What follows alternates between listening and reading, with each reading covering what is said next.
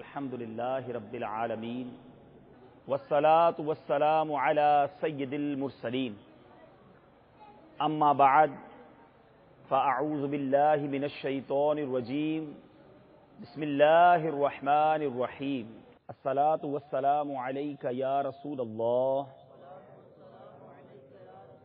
وعلی آلک واصحابک یا حبیب اللہ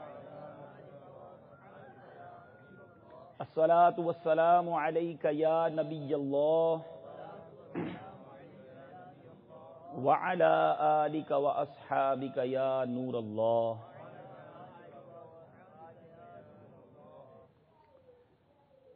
میرے پیارے اور محترم اسلامی بھائیوں اور مدنی چینل کے ناظرین، آج 4 ربیع النور 1432 سنہ ہجری ہے، 8 فروری 2011 باب المدینہ کراچی کے علاقے اورنگی ٹاؤن سیکٹر 4 کی مومن آباد کی مارکیٹ میں مجلس تاجران کے زیر اہتمام تاجر اسلامی بھائیوں کے درمیان اجتماع، سنت و بھرے اجتماع کا سلسلہ ہے۔ الحمدللہ ربیع النور کی برکتیں لوٹنے کے لیے اسلامی بھائی یہاں جمع ہیں۔ اللہ تبارک و تعالی آپ سب کا جمع ہونا اپنی بارگاہ میں قبول فرمائے، یہ اجتماع ہم سب کی مغفرت کا ذریعہ بنائے۔ درود پاک پڑھنے کے بے شمار فضائل و برکات ہیں۔ کعبے کے بدر الدجا، طیبہ کے شمس الضحیٰ صلی اللہ تعالی علیہ وسلم کا فرمان عالی شان ہے کہ تم اپنی مجلسوں کو مجھ پر درود پاک پڑھ کر آراستہ کیا کرو کہ تمہارا مجھ پر درود پاک پڑھنا کل بروز قیامت تمہارے لیے نور ہوگا۔ آپ نے بھی تو ایک مجلس سجائی ہے، ایک محفل سجائی ہے، ایک اجتماع سجایا ہے۔ آئیے اس اجتماع کو بھی مزید منور کرتے ہیں، زینت بخشتے ہیں۔ دنیا بھر میں جہاں مدنی چینل کے ناظرین بھی یہ سلسلہ دیکھیں، مل کر اپنے آقا و مولا صلی اللہ تعالی علیہ وسلم پر درود پاک پڑھ لیجئے۔ صلو علی الحبیب صلی اللہ تعالی علی محمد صلی اللہ علیہ وسلم۔ میرے پیارے اور محترم اسلامی بھائیوں اور مدنی چینل کے ناظرین، ربیع النور تو کیا آتا ہے، گویا گناہ گاروں کی عید آ جاتی ہے۔ سرکار علیہ الصلوۃ والسلام کے امتی، آپ کے غلام خوشی سے جھوم اٹھتے ہیں کہ رب نے اس مبارک مہینے میں وہ نعمت عطا فرمائی، وہ برکت عطا فرمائی، ہمیں وہ عید ملی جس کی برکت سے ساری عیدیں ملی ہیں۔ اگر ربیع النور میں میرے آقا علیہ الصلوۃ والسلام، مدینے والے آقا علیہ الصلوۃ والسلام دنیا میں تشریف نہ لاتے تو کوئی عید نہ ہوتی، کوئی شب براءت نہ ہوتی۔ وہ جو نہ تھے تو کچھ نہ تھا، وہ جو نہ ہو تو کچھ نہ ہو، جان ہے وہ جہان کی، جان ہے تو جہان ہے۔ آج آقا علیہ الصلوۃ والسلام کی کچھ اوصاف کریمہ کے بارے میں سنیں گے، پیارے آقا علیہ الصلوۃ والسلام کی کچھ عادتوں کے بارے میں سنیں گے۔ یہاں تاجر اسلامی بھائی بھی موجود ہیں اور ایسے اسلامی بھائی بھی موجود ہیں جو کہیں نہ کہیں جاب کرتے ہوں گے، یا ایسے اسلامی بھائی بھی نظر آ رہے ہیں جو کسی نہ کسی شعبہ زندگی سے تعلق رکھتے ہیں۔ یقیناً زندگی گزارنے کے لیے ایک ضابطہ اخلاق کی ضرورت ہے، جس کو ایٹیکیٹس بھی کہا جاتا ہے، جس کو مینرز بھی کہا جاتا ہے، جس کو تہذیب و تمدن بھی کہا جاتا ہے، جس کو کلچر کہا جاتا ہے۔ اے میرے پیارے اور محترم اسلامی بھائیوں، آج ایک والد کی تمنا ہوتی ہے کہ اپنے بچے کو اچھی تہذیب سکھائے، اچھے مینر سکھائے، اچھے اخلاق کی تعلیم دے، تاکہ میرا بیٹا جب معاشرے میں کسی کے پاس جائے، بڑا ہو تو کوئی اسے بد اخلاق نہ کہے، کوئی اسے یہ نہ کہے کہ کیسے والدین ہیں کہ اپنے بچے کی اس طرح تربیت کی ہے۔ اے میرے پیارے اسلامی بھائیوں، آج اس ہستی کا تذکرہ کرتے ہیں جس کے اخلاق کی تعریف قرآن پاک بیان کرتا ہے۔ آج کسی کے بارے میں آپ کہہ دیں گے بڑا با اخلاق ہے، ارے وہ ماشاءاللہ وہ تو اس کے منہ سے تو پھول جھڑتے ہیں۔ میری اور آپ کی تعریف کی کیا حیثیت ہے جس نبی پاک کے خلق عظیم کی تعریف، اخلاق کریمہ کی تعریف پروردگار قرآن پاک میں ارشاد فرما رہا ہے۔ وہ کیسے اخلاق تھے، وہ کیسی میرے پیارے اسلامی بھائیوں پیاری پیاری عادتیں تھیں۔ سنتے ہیں، جھومتے چلے جائیے۔ اللہ تبارک و تعالیٰ قرآن مجید میں ارشاد فرماتا ہے، پارہ 29 ہے، سورہ قلم ہے، آیت نمبر 4 ہے، اِنَّكَ لَعَلَىٰ خُلُقٍ عَظِيمٍ۔ یعنی اے حبیب بلا شبہ آپ اخلاق کے بڑے درجے پر ہیں۔ میرے پیارے اسلامی بھائیوں، اسلام دشمنی آپ کے سامنے ہے۔ آج اسلام پر کسی قسم کا کوئی بھی موقع ملتا ہے تو دشمنان اسلام حملہ کرنے سے نہیں چوکتے، مگر آج 1400 سال سے زیادہ عرصہ گزرنے کے باوجود بھی دشمنان رسول کو یہ موقع نہ مل سکا کہ میرے آقا علیہ الصلوۃ والسلام کو بد اخلاق کہہ سکیں۔ اس وقت بھی جب آپ علیہ الصلوۃ والسلام دنیا میں ظاہری طور پر تشریف فرما تھے، دشمنوں کا نرغہ تھا، جان کے پیاسے تھے، مگر میرے آقا نے اس خونی مجمع کے اندر بھی ایسے عملی کردار کا مظاہرہ کیا۔ خداوند قدوس قرآن مجید میں ارشاد فرماتا ہے، ترجمہ کنز الایمان، اے حبیب خدا کی رحمت سے آپ لوگوں سے نرمی کے ساتھ پیش آتے ہیں۔ اگر آپ کہیں بد اخلاق اور سخت دل ہوتے تو یہ لوگ آپ کے پاس سے ہٹ جاتے۔ تو پتہ چلا بد اخلاق آدمی سے لوگ دور ہو جاتے ہیں، اس کے قریب نہیں آتے۔ میرے پیارے اور محترم اسلامی بھائیوں، اب سرکار علیہ الصلوۃ والسلام کی عادت کریمہ کیا تھی؟ سرکار علیہ الصلوۃ والسلام کو رب تعالی نے کس قدر پیاری پیاری عادتوں سے نوازا۔ سرکار علیہ الصلوۃ والسلام اخلاق کے تمام گوشوں کے جامع تھے، یعنی حلم اور عفو، رحم و کرم، عدل و انصاف، جود و سخا، ایثار و قربانی، مہمان نوازی، عدم تشدد، شجاعت، ایفا، عہد، حسن معاملہ، صبر و قناعت، نرم گفتاری، خوش روئی، ملنساری، مساوات، غم خاری، سادگی و بے تکلفی، تواضع اور انکساری، حیاداری کی میرے آقا اتنی بلندی اور اتنی بلند منزلوں پر فائز ہیں کہ حضرت عائشہ رضی اللہ تعالی عنہا نے صرف ایک جملے میں ان اخلاق کریمہ کی صحیح تصویر کھینچتے ہوئے فرمایا، کانا خلقہ القرآن، یعنی تعلیمات قرآن پر پورا پورا عمل یہی آپ صلی اللہ تعالی علیہ وسلم کے اخلاق ہیں۔ کوئی چاہتا ہے کہ تعلیمات قرآن پر عمل کر لے، میرے آقا کی سیرت کا ملاحظہ کر لے، انداز زندگی کو دیکھ لے۔ رب العالمین نے ایسا یکتا، ایسا حسین اور ایسا با اخلاق بنایا میرے آقا علیہ الصلوۃ والسلام کو کہ رہتی دنیا میرے آقا علیہ الصلوۃ والسلام کے اخلاق کی تعریف آج بھی بیان کرتی چلی جا رہی ہے۔ میرے آقا علیہ الصلوۃ والسلام کی عقل مبارک، رب العالمین نے کیسی عقل عطا فرمائی کہ سرکار علیہ الصلوۃ والسلام کے بارے میں وہب بن منبہ رضی اللہ تعالیٰ عنہ نے فرمایا، میں نے 71 کتابوں میں یہ پڑھا ہے، 71 بکس میں یہ پڑھا ہے، جب سے دنیا عالم وجود میں آئی ہے اس وقت سے قیامت تک کے تمام انسانوں کی عقلوں کا اگر آقا علیہ الصلوۃ والسلام کی عقل سے کمپیریزن کیا جائے، موازنہ کیا جائے، تو تمام انسانوں کی عقلوں کو حضور علیہ الصلوۃ والسلام کی عقل شریف سے وہی نسبت ہوگی جو ایک ریت کے ذرے کو تمام دنیا کے ریگستانوں سے نسبت ہے۔ کبھی کوانٹٹی کاؤنٹ کی ہے؟ اس وقت کہنے والے کہتے ہیں، جو مردم شماری کرتے ہیں، اکاؤنٹیبلٹی کرتے ہیں، کہ 6.5 ارب لوگ اس وقت دنیا میں موجود ہیں۔ 1400 سال سے اب تک کتنے ارب لوگ آئے اور چلے گئے؟ مورخین لکھتے ہیں تمام لوگوں کی عقل کو ایک طرف کر لیا جائے اور سرکار علیہ الصلوۃ والسلام کی عقل مبارک کا ایک طرف موازنہ کیا جائے۔ میرے پیارے اور محترم اسلامی بھائیوں، حلم اور عفو یہ بہت بڑا وصف ہے جو نصیب والوں کو ملتا ہے۔ حضرت زید بن ثانہ رضی اللہ تعالیٰ عنہ جو پہلے ایک یہودی عالم تھے، انہوں نے حضور اکرم صلی اللہ تعالی علیہ وسلم سے کھجوریں خریدی۔ کھجوریں دینے کی مدت میں ابھی 1-2 دن باقی تھے، انہوں نے بھرے مجمع میں سرکار علیہ الصلوۃ والسلام سے انتہائی تلخ اور ترش لہجے میں سختی کے ساتھ یہ تقاضا کیا، آپ صلی اللہ تعالی وسلم کا دامن اور چادر پکڑ کر نہایت تند و تیز نظروں سے آپ کی طرف دیکھا اور چلا چلا کر کہا، اے محمد، تم سب عبد المطلب کی اولاد کا یہی طریقہ ہے، تم لوگ ہمیشہ لوگوں کے حقوق ادا کرنے میں دیر لگایا کرتے ہو۔ سوچئے اے تاجرو، آپ سے بھی تو کبھی کوئی پیسے مانگنے پیمنٹ ٹائم پہ آ جاتا ہے، کبھی ہو سکتا ہے پہلے بھی آ جاتا ہوگا، اور آپ کو جب ڈیو ڈیٹ سے پہلے پیسے مانگتا ہوگا تو آپ کو بڑا برا لگتا ہوگا، یار عجیب آدمی ہو، ابھی تو ٹائم بھی نہیں ہوا، اس سے پہلے آ گئے۔ وہ نہ صرف پہلے آیا بلکہ بری بری باتیں کرنے لگا، چادر مبارک پکڑ لی اور سرکار علیہ الصلوۃ والسلام کے مبارک نسب پر زبان درازی کرنے لگا۔ اب یہ منظر دیکھ کر حضرت عمر رضی اللہ تعالیٰ عنہ بہت غیظ و غضب میں آ گئے اور بہت غصے کی نظروں سے گور گور کر اس کو دیکھا اور کہا اے خدا کے دشمن، تو خدا کے رسول سے ایسی گستاخی کر رہا ہے؟ خدا کی قسم اگر حضور اکرم صلی اللہ تعالی علیہ وسلم کا ادب مانے نہ ہوتا تو ابھی ابھی تلوار سے تیرا سر قلم کر دیتا۔ یہ سن کر مدینے والے مصطفیٰ صلی اللہ تعالی علیہ وسلم نے کیا فرمایا؟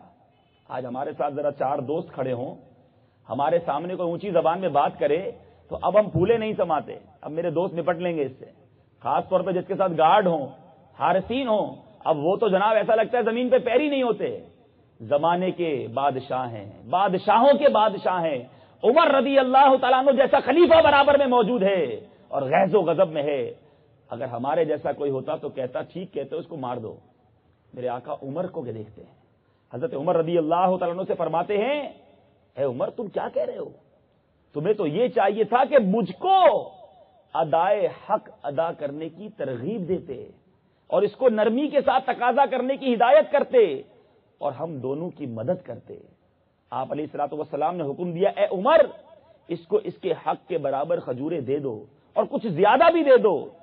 حضرت عمر رضی اللہ تعالیٰ عنہ نے جب حق سے زیادہ کھجوریں دیں تو حضرت زید نے کہا اے عمر میں تو اتنی کھجوریں مانگتا تھا، زیادہ کیوں دے رہے ہو؟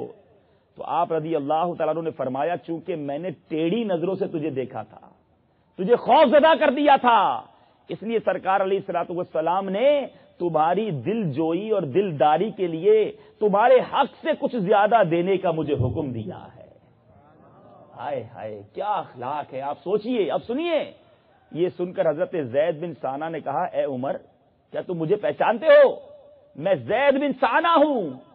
آپ نے فرمایا تم وہی زید بن ثانہ ہو جو یہودیوں کا بہت بڑا عالم ہے؟ انہوں نے کہا جی ہاں۔ یہ سن کر حضرت عمر نے دریافت کیا پھر تم نے سرکار علیہ الصلوۃ والسلام سے ایسی گستاخی کیوں کی؟ تو حضرت زید بن ثانہ نے جواب دیا اے عمر دراصل بات یہ ہے میں نے تورات میں نبی آخر الزماں کی جتنی نشانیاں پڑھی تھیں ان سب کو تو میں نے ان کی ذات میں دیکھ لیا تھا، مگر دو نشانیوں کے بارے میں مجھے ان کا امتحان کرنا باقی تھا۔ ایک یہ کہ ان کا حلم یعنی ان کی نرمی، ان کا معاف کرنا ان کے جہل پر غالب رہے گا۔ جس قدر زیادہ برا ان کے ساتھ جہالت کا برتاؤ کیا جائے گا اتنا ان کا حلم بڑھتا چلا جائے گا۔ یہ یقین جانے میرے پیارے اسلامی بھائیوں، یہ بولنا آسان ہے، گویا آپ سے کوئی بدتمیزی ایک بار کرے آپ شاید معاف کر دیں گے، دوبارہ کہے آپ شاید بہت بڑا دل ہوگا تو درگزر کر دیں گے۔ اللہ اکبر، مصطفیٰ کریم کا حلم یہ ہے کہ جتنا جہل بڑھتا جائے گا اتنا حلم بڑھتا جائے گا، جتنی تکرار بڑھتی جائے گی، جتنی میرے پیارے اسلامی بھائیوں حجت اور ریزسٹنس اور الجھن بڑھتی چلی جائے گی، کوئی الجھتا چلا جائے گا، میرے آقا کی نوازشیں بڑھتی چلی جائیں گی۔ ارے یہ وہ در ہے جس در کے بارے میں امام عشق و محبت لکھتے ہیں میرے کریم سے گر قطرہ کسی نے مانگا کیا؟ قطرہ۔ میرے کریم سے گر قطرہ کسی نے مانگا، دریا بہا دیے ہیں، دربے بہا دیے ہیں۔ آقا علیہ الصلوۃ والسلام کا حلم وہ ہے، وہ یہودی عالم کہتے ہیں کہ یقیناً ان دونوں نشانیوں میں سے میں نے ایک نشانی کو تو دیکھ لیا، میں الجھتا رہا، یہ عطائیں فرماتے رہے، اور میں شہادت دیتا ہوں کہ یقیناً یہ نبی برحق ہیں۔ اے عمر میں بہت ہی مالدار آدمی ہوں، میں تمہیں گواہ بنا کر کہتا ہوں کہ میں نے اپنا آدھا مال سرکار علیہ الصلوۃ والسلام کی امت پر صدقہ کر دیا۔ پھر یہ بارگاہ رسالت میں آئے اور کلمہ پڑھ کر دامن اسلام میں داخل ہو گئے۔ اب سوچئے کیسا حلم، بردباری، اور آج ہمارا کیا حال ہے؟ آج کوئی ہمیں ایک بار برا کہہ دے، معاذ اللہ گالی دے دے، تو ہم جب تک اس کی 7 پشتوں کو نہ کھنگال دیں ہمیں چین نہیں آتا۔ ہم کہتے ہیں جناب میں شریف کے ساتھ شریف ہوں، بدماش کے ساتھ بدماش ہوں، مجھ سے کوئی اونچی آواز میں بات نہیں کر سکتا۔ ارے بھائی سرکار علیہ الصلوۃ والسلام کے غلام ایسے نہیں ہوتے، شریف تو بدماش کے ساتھ بھی شریف ہوتا ہے۔ یہ کیسا شریف ہے کہ بدماش کے ساتھ بدماش ہو گیا؟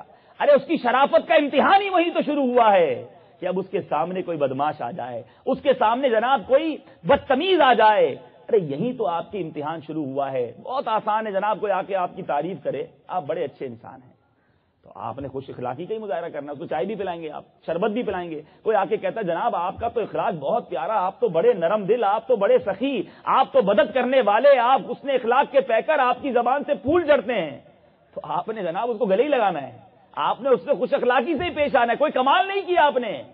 ارے مزہ تو یہ ہے کہ کوئی آپ کے مزاج کے خلاف بات کرے. اور اب آپ کا امتحان شروع ہوتا ہے کہ کتنا حلم ہے, کتنا تدبر ہے, کتنا حوصلہ ہے, اور کتنے میرے پیارے اسلام بھائیو مسلمانوں کو معاف کرنے کا جذبہ ہے. کس قدر فرق ہے ہمارے اندر. آقا علیہ الصلوۃ والسلام کی تعلیمات ہمیں پکار پکار کر یہ درس دے رہی ہیں کہ نرمی کا دامن ہاتھ سے نہ چھوڑا جائے, معاف کرنے کی عادت ڈالی جائے. سرکار علیہ الصلوۃ والسلام اپنے گھریلو کام خود اپنے دستے مبارک سے کر لیا کرتے, اپنے خادموں کے ساتھ بیٹھ کر کھانا تناول فرماتے تھے, اور گھر کے کاموں میں اپنے خادموں کی مدد فرمایا کرتے تھے. آج سیٹھ نوکر کے ساتھ بیٹھ کر کھانا پسند نہیں کرتا, آپ وہاں جا کر کھائیے. نوکر کا جناب الگ کھانے کی جگہ ہے, سیٹھ کی الگ کھانے کی جگہ, ٹھیک ہے یہ ناجائز نہیں ہے, لیکن اگر اس لیے یہ الگ کیا گیا ہے کہ یہ حقیر ہے, یہ غریب ہے, اور میں جناب امیر ہوں, یہ تعلیمات اسلامی تعلیمات نہیں ہیں. آج اگر کوئی غریب ہے تو وہ رب کی مرضی سے ہے, اور اگر آپ امیر ہیں تو رب کی عطا ہے. یاد رکھیے, اگر آپ کے پاس مال ہے, آپ کے پاس دولت ہے, تو اس میں آپ کا کوئی کمال نہیں ہے. ارے اس کے پاس بھی تو 2 آنکھیں ہیں, اس کے پاس بھی 1 ناک ہے, 2 کان ہیں, 2 ہاتھ ہیں, ایک ہی دل ہے, وہ بھی مسلمان ہے. ارے رب نے اس کو غریب کیا, آپ کو امیر کر دیا, یہ رب کی عطا ہے. آج آپ زکات ادا کرتے ہیں, آپ کا ہاتھ دینے والا ہوتا ہے, کوئی لینے والا بھی تو ہوتا ہے. ارے یہ لینے والا ہاتھ بھی تو آپ کا ہو سکتا تھا. آج رب نے آپ کو دینے والا بنایا ہے. رب کا شکر ادا کیجیے, تکبر نہ کیجیے, اپنے مال پہ اترائیے نہیں. اپنی گاڑی, اپنے بینک بیلنس, اپنی دکان, آپ نے دیکھا ہوگا, آپ تو کاروباری لوگ ہیں, کہ راتوں رات کس طرح دیوالیہ ہو جاتا ہے آدمی. خدا نہ خواستہ مارکیٹ میں آگ لگ جائے تو وہ شخص جو بیچارہ رات کو کروڑ پتی سوتا ہے, صبح کنگال ہو چکا ہوتا ہے. ارے کب یہ مال چلا جائے ہمیں نہیں پتا. تکبر کیسا, بڑائی کیسی. ارے وہ آقا جس کے در پر فرشتے سر جھکانے کو تڑپتے ہیں, وہ آقا اپنے خادموں کے ساتھ کھانا تناول فرما رہے ہیں, اپنے نالین مقدسین کو اپنے ہاتھوں سے سی رہے ہیں. ایک بار دربار رسالت لگا ہوا ہے, ایک شخص آیا اور سرکار علیہ الصلوۃ والسلام کے سامنے ہیبت سے لرزا ہونے لگا, اس کو لرزا بانداز ہو گیا, کانپنے لگا. سرکار علیہ الصلوۃ والسلام نے ارشاد فرمایا تم بالکل مت ڈرو, میں نہ کوئی بادشاہ ہوں, نہ کوئی جبار حاکم ہوں. ارے میں تو قریش کی عورت کا ایک بیٹا ہوں جو خشک گوشت کی بوٹیاں کھایا کرتی تھی. یعنی اپنے آپ کو اتنا ایزی اس کو فیل کروا دیا. آج ایسے بھی لوگ ہیں جناب, جب تک سیٹھ صاحب بیٹھے ہیں نوکر کھڑا رہے گا, قریب آ کر بیٹھنے کی اس کو اجازت نہیں ہے. ایسا مت کیجیے, یہ اسلامی تعلیمات نہیں ہیں. میرے پیارے اور محترم اسلامی بھائیوں, بات ہو رہی ہے حسن اخلاق کی. سرکار علیہ الصلوۃ والسلام کے اوصاف تو اتنے ہیں کہ ہم بیان کرتے چلے جائیں, ہمارے پاس وقت ختم ہو سکتا ہے. اہل تجارت کے متعلق لوگ بیٹھے ہیں, یہ بیان بھی مارکیٹ میں ہو رہا ہے. مجھے آقا علیہ الصلوۃ والسلام کا وہ ملک شام کا سفر یاد آ رہا ہے, جب آقا علیہ الصلوۃ والسلام تجارت کے لیے ملک شام تشریف لے گئے. جی ہاں, اے تاجروں خوش ہو جائیے, سرکار علیہ الصلوۃ والسلام کی سنت مبارکہ ہے تجارت کرنا, بزنس کرنا. اگر اچھی نیت کے ساتھ کیا جائے تو سرکار علیہ الصلوۃ والسلام کی سنت ہے. میرے آقا علیہ الصلوۃ والسلام مکہ پاک سے اونٹوں پر سامان لاد کر تجارت کے قافلے کے ساتھ شام جایا کرتے, وہاں سامان بیچا کرتے, اور اس کے بعد وہ سامان کے بدلے وہاں سے دوسرا سامان خریدا کرتے, اور پھر وہ مکہ پاک میں آ کے بیچا کرتے. بی بی خدیجہ الکبریٰ رضی اللہ تعالی عنہا نے پیارے آقا علیہ الصلوۃ والسلام کے جب ان اوصاف کریمہ کو ملاحظہ کیا, بی بی خدیجہ ایک بہت مالدار خاتون تھی. روایتوں میں آتا ہے کہ جب مکے والے تاجروں کا, مکے کے بزنس مینوں کے قافلے روانہ ہوتے تھے تو سارے قافلے کا مال ایک طرف, اس کے اونٹ ایک طرف, اور بی بی خدیجہ الکبریٰ رضی اللہ تعالی عنہا کے سامان کے اونٹ ایک طرف تھے. اس قدر امیر عورت تھی. جب انہوں نے دیکھا ایک نوجوان ہے, بڑا ایماندار ہے, جو وعدہ کرتا ہے وہ پورا کرتا ہے, کاروبار میں بڑا ستھرا ہے, بی بی خدیجہ الکبریٰ رضی اللہ تعالی عنہا نے پیغام پہنچایا, ایسا کیجئے آپ میرا سامان لے کر ملک شام جائیے اور ایک طرح سے میرے ریپرزنٹیٹو بن جائیے. سرکار علیہ الصلوۃ والسلام نے یہ آفر قبول کی. بی بی خدیجہ الکبریٰ رضی اللہ تعالی عنہا کا سامان لے کر اب مکے سے قافلہ جا رہا ہے. میرے پیارے اسلامی بھائیوں, بی بی خدیجہ نے دیکھا یہ نوجوان بڑا نرالا ہے, بڑا حیا والا ہے. سرکار علیہ الصلوۃ والسلام کے ساتھ ایک خادم کو کر دیا, خادم کو کر دیا. اس لیے نہیں کیا کہ اس پر نظر رکھنا, بلکہ کہا کہ ان کی خدمت کرنا, یہ جو کہیں وہ بات مان لینا. بی بی خدیجہ نے وہ سارا سامان سرکار علیہ الصلوۃ والسلام کے سپرد کیا. ملک کے شام گئے. راوی لکھتے ہیں آج تک جتنی بار کاروبار ہوا تھا اس میں ایک نامنل سا, ایک نارمل سا نفع ہوا, مگر سرکار علیہ الصلوۃ والسلام نے جب اس مال کو بیچا, رب العالمین نے وہ برکت عطا فرمائی کہ ڈبل نفع ہو گیا, بہت زیادہ نفع ہوا, بزنس بہت اچھا ہوا. سرکار علیہ الصلوۃ والسلام وہ سارا سامان لے کر واپس تشریف لانے لگے. میرے پیارے اور محترم اسلامی بھائیوں, ابھی بی بی خدیجہ الکبریٰ رضی اللہ تعالی عنہا اپنے مکان کی چھت پر کھڑی ہیں. دیکھا کہ ملک شام سے قافلہ واپس آ رہا ہے. وہ خادم جو سرکار کے ساتھ کیا تھا وہ دوڑتا آیا, آ کر بتایا کہ اتنا نفع ہوا ہے, اور یہ ایسے شخص ہیں کہ سب سے ایمانداری کے ساتھ, سچ کے ساتھ سارے سودے کیے, جو وعدے کیے اس کی پاسداری کی. بی بی خدیجہ دور سے اس قافلے کو آتا ہوا دیکھ رہی ہیں, اور اب دیکھا تو حیرت زدہ رہ گئی کہ سرکار علیہ الصلوۃ والسلام آ رہے ہیں اور آپ پر دو فرشتے سایہ کر رہے ہیں.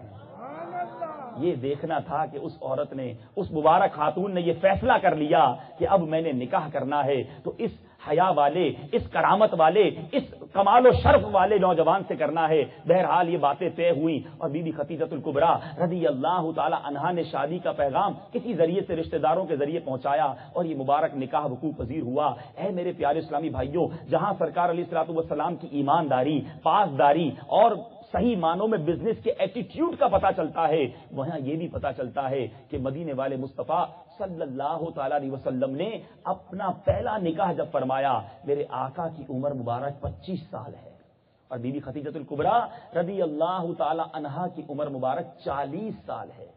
آج یہ نوجوان بھی بیٹھے ہیں. بڑی تمنا ہوتی ہے کہ شادی ہو تو کسی حسین لڑکی سے ہو, جناب وہ نوجوان ہونی چاہیے. آج شکل و صورت, عمر, یہ سب چیزیں دیکھی جاتی ہیں. میرے پیارے اسلامی بھائیوں, ہمیشہ سیرت دیکھنی چاہیے, اس کی پاک دامنی دیکھنی چاہیے. حضرت خدیجہ الکبریٰ رضی اللہ تعالی عنہا کے بارے میں آتا ہے, آپ پورے مکے میں طیبہ اور طاہرہ کے نام سے مشہور تھیں. ایسی پاکیزہ خاتون اللہ تبارک و تعالیٰ نے مصطفیٰ کریم علیہ الصلوۃ والسلام کے نکاح میں دی. بہرحال میرا ٹاپک جو ہے وہ تجارت ہے. تو اے میرے پیارے اسلامی بھائیوں, اسی شام کے سفر میں ایک تاجر نے پیارے آقا علیہ الصلوۃ والسلام سے کوئی ڈیل کی, کوئی بزنس ڈیل ہوئی اور وعدہ کیا کہ میں آپ کو شام تک یہ چیز یا یہ پیسے لا کر دے دوں گا. اب وہ تاجر بھول گیا. 3 دن بعد اس کو یاد آیا کہ میں نے وہ نوجوان سے جو مکے سے آیا تھا کوئی بات, کوئی پیسے یا کوئی سامان دینے کی نیت کی تھی. وہ وہاں پہنچا تو مدینے والے مصطفیٰ صلی اللہ تعالی علیہ وسلم کو وہیں کھڑے ہوئے پایا. وہ حیران ہو گیا. اب ہم ہوتے کوئی جناب 2-4 گھنٹے ڈیلے کر دے, ہم تو آپے سے باہر ہو جاتے ہیں. وہ 3 دن بعد آیا ہے. سرکار علیہ الصلوۃ والسلام نے اتنا کہا کہ بھائی میں 3 دن سے آپ کے انتظار میں یہیں کھڑا ہوں. آپ نے کہا میں ابھی آ رہا ہوں, بس اتنا فرمایا. اور وہ شخص کہتا ہے میں نے وہ چیز ان کے سپرد کر دی. اے میرے پیارے اور محترم اسلامی بھائیوں, اے تاجر اسلامی بھائیوں, اللہ تبارک و تعالیٰ نے سرکار علیہ الصلوۃ والسلام کو وہ کمالات عطا فرمائے ہیں کہ آپ کی زندگی ہر شعبے سے تعلق رکھنے والے کے لیے ایک مشعل راہ رکھتی ہے. اے تاجروں, اگر سچی تجارت کرنا چاہتے ہو, اچھی تجارت کرنا چاہتے ہو, اگر رب کی رضا حاصل کرتے ہوئے کاروبار کرنا چاہتے ہو تو میرے آقا کی عادتوں کو اپنا لو, مصطفیٰ کریم کی سنتوں کو اپنا لو. وہ ایماندار تاجر تھے, وہ میرے پیارے اسلامی بھائیوں سچے تاجر تھے, سیدھی بات کہنے والے تاجر تھے. ہیرا پھیری کرنا ان کے نزدیک بہت معیوب تھا. ایسی تجارت کر لو, روایتوں میں آتا ہے سچا تاجر, اچھا تاجر, راست گو, ایماندار تاجر جنت میں قیامت کے دن جب اس کے بعد جنت میں جائیں گے تو صدیقین اور شہداء کے ساتھ ہوگا. شہید نے جان لٹا دی, تاجر مال کما رہا ہے, فرق کتنا ہے, مگر سچا تاجر ہے, ایماندار تاجر ہے, سیدھی بات کرنے والا تاجر ہے، جنت میں صدیقین اور شہداء کے ساتھ ہوگا۔ اور اے میرے پیارے اسلامی بھائیوں، جو مسلمانوں کو دھوکہ دیتا ہے، ملاوٹ والا مال بیچتا ہے، ڈنڈی مارتا ہے، مسلمان کی خیر خواہی تو دور کی بات، ارے اس کا بیڑا غرق ہو جائے یہ سوچ رکھتا ہے، وہ اپنا ٹھکانہ سوچ لے۔ ملاوٹ کرنے والے کو جہنم میں ترازو میں تولنے کے لیے آگ دی جائے گی، پہاڑوں کے درمیان اس کو بٹھا دیا جائے گا، کیا جواب دے گا؟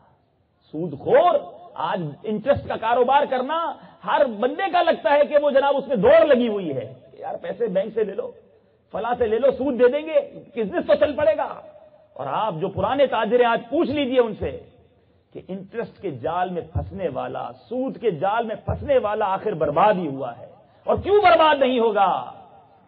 کہ حدیث پاک میں مفہوم ملتا ہے کہ سود کا لین دین کرنے والا اللہ تبارک و تعالیٰ سے اعلان جنگ کر رہا ہے۔ ارے جو رب سے جنگ کرے کیا وہ کامیاب ہو سکتا ہے؟ آج کسی آپ کے محلے میں کوئی بڑا بدماش ہو، کوئی بڑا جناب کرو فر والا آدمی ہو، کوئی منسٹر ہو، کوئی حاکم ہو، کوئی قومی اسمبلی کا ممبر ہو، کوئی بہت بڑا آدمی ہو، بندہ کہتا ہے یار اس سے مت بگاڑنا، اس سے بگاڑ لی نا تو اپنا پھر رہنا مشکل ہو جائے گا۔ آپ بتائیے جو رب سے بگاڑ لے، خالق کائنات سے بگاڑ لے، رب العالمین سے اعلان جنگ کر دے، اب اس کا کیا بنے گا؟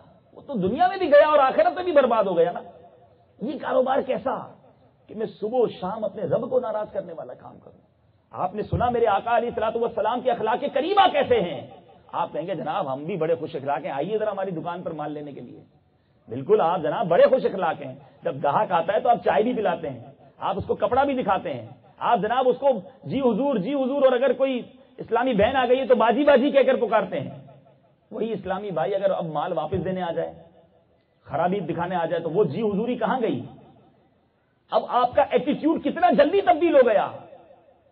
یہ تو اخلاق نہیں تھے اسلام کے، یہ تو طریقہ نہیں تھا۔ وہ مسلمان تو ہے نا، ٹھیک ہے، اگر آپ کے کپڑے میں، آپ کے پروڈکٹ میں کوئی خرابی دے کر وہ واپس آ رہا ہے تو آپ کا میک اپ ختم، گویا ہمارا اخلاق جو وہ میک اپ تھا نا۔ آپ دیکھ لیجیے ہمارے خاندان کے حالات، جب شادی کرنی ہے تو جناب پھر تو دعوتیں بھی ہو رہی ہیں، تحفے بھی جا رہے ہیں، منگنی ہوئی تو ایک دوسرے پر واری واری ہیں دونوں خاندان، اور خدا نہ خواستہ اگر منگنی ٹوٹ گئی اب چہرہ دیکھنے کے لیے بھی تیار نہیں ہے۔ اب وہ غیبتوں کے دروازے، وہ بہتان، وہ بری باتیں کھلتی ہیں، الامان والافیس۔ خدا نہ خواستہ کسی گھر میں طلاق ہو جائے، وہ دو خاندان تو اب وہ خاندان تو خاندان، ان کے بچے بھی ایک دوسرے سے بات نہیں کرتے، آنے والی نسلیں بھی ایک دوسرے کے قریب نہیں آتی۔ یہ کون سے اخلاق ہیں؟ گویا میک اپ ہے۔ ارے اگر طلاق ہو گئی اللہ نہ کرے تو سارے خاندان والے کیا معاذ اللہ اسلام سے بھی خارج ہو گئے؟ آپ کے مسلمان بھائی ہیں، بینگ اے مسلم ہم پر کچھ حقوق ہیں ایک مسلمان کے۔ بالکل اسی طرح آپ اپنے کاروباری معاملات کو دیکھ رہے ہیں، آپ اپنی زندگی کے بہت سارے معاملات کو دیکھیں، پہلے ہم کچھ اور ہوتے ہیں۔ اب قرض دینے کی بات دیکھ لیں، آپ کو پیسے کی ضرورت ہے، کسی بزنس مین کے پاس گیا، اس سے کہا بھائی مجھے ادھار دے دو، بڑا پھنسا ہوا ہوں آج کل، بڑی منتیں بھی کریں گے، محبت سے بھی بات کریں گے، جی حاجی صاحب کر کے اس سے بات کریں گے۔ جو حاجی صاحب نے بیچارے نے پیسے دے دیے، اب وہ حاجی صاحب آپ کے گھر کے چکر لگا رہے ہیں۔ بھائی وہ رویہ کیا ہوا؟ لیتے وقت کچھ اور ہے، دیتے وقت کچھ اور ہے۔ آپ اپنی پیمنٹ مانگتے وقت کچھ اور ہو جاتے ہیں، پیمنٹ دیتے وقت کچھ اور ہو جاتے ہیں۔ یہ کون سا دوگلاپن ہے؟ ارے یہ اسلام نہیں ہے، یہ اسلامی اخلاق نہیں ہے، یہ مصطفیٰ کریم کی سنت نہیں ہے۔ میرے پیارے اسلامی بھائیوں، آج اگر اسلام پھیلا ہے دنیا میں تو اس پہ بہت بڑا حصہ بزنس مینوں کا بھی ہے۔ جی ہاں، اے تاجروں سوچئے، صحابہ کرام علیہم الرضوان تجارت کرنے دوسرے ملکوں میں جاتے ہیں، مگر ایسا انداز تجارت ہوتا، ایسا ایٹیٹیوڈ ہوتا، ایسا حسن اخلاق ہوتا کہ تجارت کرتے کرتے لوگ دیکھتے کہ مسلمان کاروبار میں اتنے اچھے ہیں تو اسلام ان کا کتنا اچھا ہوگا، کلمہ پڑھ کر مسلمان ہو جاتے۔ پچھلے دنوں فار ایسٹ کے ملکوں میں ہمارے مدنی قافلے کا جانا ہوا تو ملیشیا، انڈونیشیا، بہت سارے ایسے ملک ہیں جہاں لاکھوں کروڑوں مسلمان پائے جاتے ہیں۔ وہاں کے لوگوں سے گفتگو ہوئی کہ فار ایسٹ کو اگر آپ دنیا کے نقشے میں دیکھیں تو بڑا ہٹ کر ہے کہ بھائی یہاں کے لوگ مسلمان کیسے ہو گئے؟ تو بتایا کہ عرب تجار آج سے سینکڑوں سال پہلے عرب تاجر یہاں آئے تھے، بزنس کرنے آئے تھے، مگر بزنس کرتے ہوئے وہ نماز ادا کرتے تھے۔ پورے ملک مسلمان ہو گئے۔ اے تاجروں اپنے بارے میں سوچو، آپ کی دکان پر کچھ گھنٹے کوئی بیٹھ کر نیک بن کر جائے گا، آپ کے بارے میں کوئی اچھا امپیکٹ، کوئی اچھا تاثر لے کر جائے گا، یہ جناب ہم سے ملنے کے بعد تو وہ ناراض ہو کر ہی جاتا ہے، بدزن ہو کر جاتا ہے، یار بڑا ملاوٹ والا مال بھیج دیا، یار مجھے مہنگی چیز پہنا دی۔ سیلز مین، آج ہمارا سیلز مین آ کے ہمیں کہتا ہے صاحب جی 50 روپے کی چیز 200 روپے میں دے دی میں نے، تو ہم اس کو تحفہ دیتے ہیں، خوش ہوتے ہیں اس سے۔ یہ سیلز مین آج جھوٹ بول کر کسی ڈیفیکٹڈ آئٹم کو اچھا کر کے تو بیچ دیتا ہے۔ وہ سیلز مین غور کرے، یہ سیٹ تمہیں قیامت کے دن بچانے نہیں آئے گا۔ جھوٹ بولنا چھوڑ دیجئے، یہ جھوٹ بول کر کچھ پیسے تو تھوڑی دیر کے لیے آ جاتے ہیں، مگر اس میں برکت نہیں ہوتی ہے۔ آج made in China, made in Japan, made in Taiwan, پتہ نہیں کیا کیا کہہ کر ہم اپنی گندی پروڈکٹ، ہم اپنی بیکار پروڈکٹ بیچ دیتے ہیں۔ وہ مسلمان بیچارہ بھولا بھالا پیسے دے کر آپ کا چہرہ دیکھ کر چلا جاتا ہے، اور پھر گھر جا کر کیا سوچتا ہوگا؟ سوچئے، یہ پیسہ آپ کو برکت نہیں دے گا۔ پھر ہم کہتے ہیں جناب پیسہ تو بڑا کماتا ہوں لیکن برکت نہیں رہتی ہے، گھر میں لے جاتا ہوں بچے بیمار ہو جاتے ہیں، میرے گھر سے آفتیں دور ہی نہیں ہو رہی ہیں، جس کام میں ہاتھ ڈالتا ہوں وہ کام جناب تباہ و برباد ہو جاتا ہے۔ کسی نے نظر کر دی ہے، کسی نے بندش کر دی، اب اس طرف سوچ رہے ہیں ارے بھائی خود بندش کی ہے تم نے، جس کاروبار پر بیٹھ کر صبح سے شام جھوٹ بولتے ہو کہاں سے برکت آئے گی؟ جو کاروبار کی بنیاد سود پر ہے، اللہ سے جنگ کر کے کہتے ہو برکت ملے گی؟ جس کاروبار کے اندر ملاوٹ ہے، پھر کہتے ہو میرے بچے کے اندر جناب وہ بیمار ہو جاتے ہیں، میرے بچوں کی صحت اچھی نہیں رہتی۔ ارے ملاوٹ والا مال بیچ کر پیسے کماتے ہو اور وہ حرام جا کے اپنے بچوں کو کھلاتے ہو، کہاں سے برکت آئے گی؟ خدا را ہمت کیجیے، یہ اسلامی تعلیمات نہیں ہے، دور کر دیجیے حرام کو اپنے آپ سے۔ یہ حرام زیادہ ہو اور حلال تھوڑا ہو، اس تھوڑے میں برکت ہے، اس تھوڑے میں راحت ہے۔ ارے وہ تھوڑے ہی میں تو رب کی رضا ہے، میرے آقا کی خوشنودی ہے۔ غلام رب کا بندہ اپنے رب کی رضا کے لیے جیتا ہے، مصطفیٰ کریم علیہ الصلوۃ والسلام کی خوشنودی کے لیے جیتا ہے۔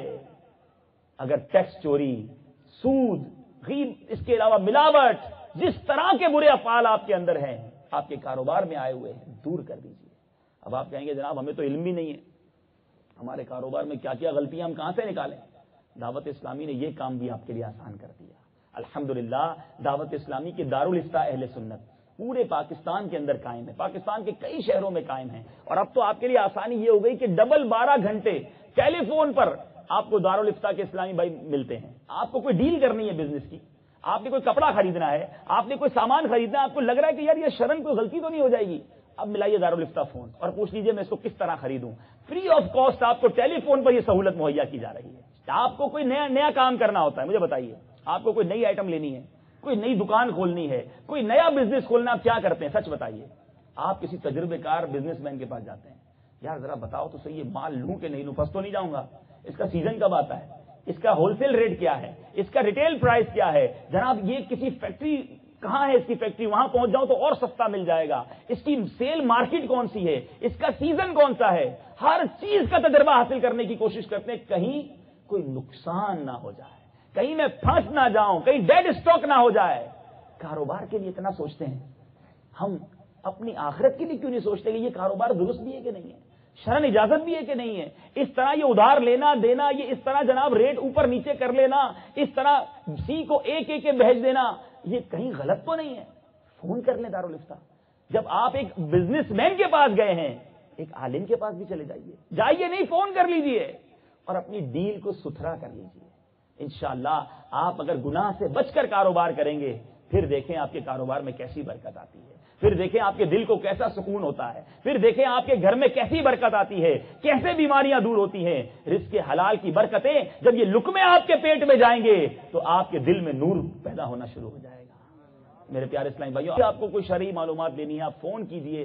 اب تو آپ کے یہاں میٹرو بل میں تو قریبی دارالافتاء بھی ہے ماشاءاللہ، یہاں پر مصطفیٰ مسجد کے پاس، ٹھیک ہے نا، مصطفیٰ مسجد کے پاس ماشاءاللہ یہاں تمہید الایمان دارالافتاء تمہید الایمان کے نام سے ماشاءاللہ دارالافتاء اہل سنت بھی، آپ تو خود بھی جا سکتے ہیں یہاں دارالافتاء کے اسلامی بھائی سے مل سکتے ہیں اور مل کر بھی ان سے رہنمائی لے سکتے ہیں۔ تو بہرحال میرے پیارے اسلامی بھائیوں، آج کے بیان کا میرا مقصد یہ تھا کہ خدا را ربیع النور کا مہینہ آیا ہے، آپ کی مارکیٹ کے اندر دعوت اسلامی نے سنت و بڑا اجتماع رکھا ہے، تو اس اجتماع میں ہم آئے ہیں، نعتیں سنی، سرکار علیہ الصلوۃ والسلام کی آمد کے نعرے لگانے ضرور لگانے ہیں، مگر اپنے کاروبار کو بھی سنت کے مطابق کرنا ہے۔ ربیع النور کا مہینہ ہمارے کاروبار میں تبدیلی کا مہینہ بن جائے، حرام سے دوری کا مہینہ بن جائے. آج سارے اسلامی بھائی نیت کر لیں کہ آج کے بعد ہمارے کاروبار میں حرام کو داخل نہیں ہونے دیں گے, رزق حلال کمائیں گے, اور جو ہمارے کاروبار میں غلط چیز آ رہی ہوگی پتہ چل جائے گا, شرعی رہنمائی مل جائے گی تو اس کو چھوڑ دیں گے. اب میرے پیارے اسلامی بھائیوں, صبح سے لے کر شام تک مارکیٹ میں ہوتے ہیں, کاروبار کو اتنا ٹائم دیتے ہیں. اب یہ سوچنا ہے کہ پورے دن میں نماز بھی پڑھتے ہیں کہ نہیں پڑھتے. نماز کے وقت ہم دکان پر بیٹھے جناب کاروبار تو کر رہے ہیں, مگر رب کی بارگاہ میں سر جھکانے کے لیے ہمارے پاس وقت نہیں. تو آج یہ بھی نیت کرنے کہ انشاءاللہ چاہے کتنی مصروفیت کیوں نہ ہو, 5 وقت با جماعت نماز ادا کریں گے. اللہ تبارک و تعالی آپ سب کو دونوں جہانوں کی برکتیں عطا فرمائے, آپ سب کے رزق حلال میں برکتیں عطا فرمائے. تو میرے پیارے اسلامی بھائیوں, یہ ساری باتیں, اس طرح کے میسیجز, اس طرح کے میرے پیارے اسلامی بھائیوں ہمیں مواقع دعوت اسلامی فراہم کرتی ہے. دعوت اسلامی جو تبلیغ قرآن و سنت کی غیر سیاسی عالمگیر تحریک ہے, اس سے پریکٹیکلی وابستہ ہو جائیں. ہر جمعرات کو دعوت اسلامی کے ہفتہ وار اجتماع میں شرکت کیجیے. آمین بجاہ نبی الامین صلی اللہ تعالی.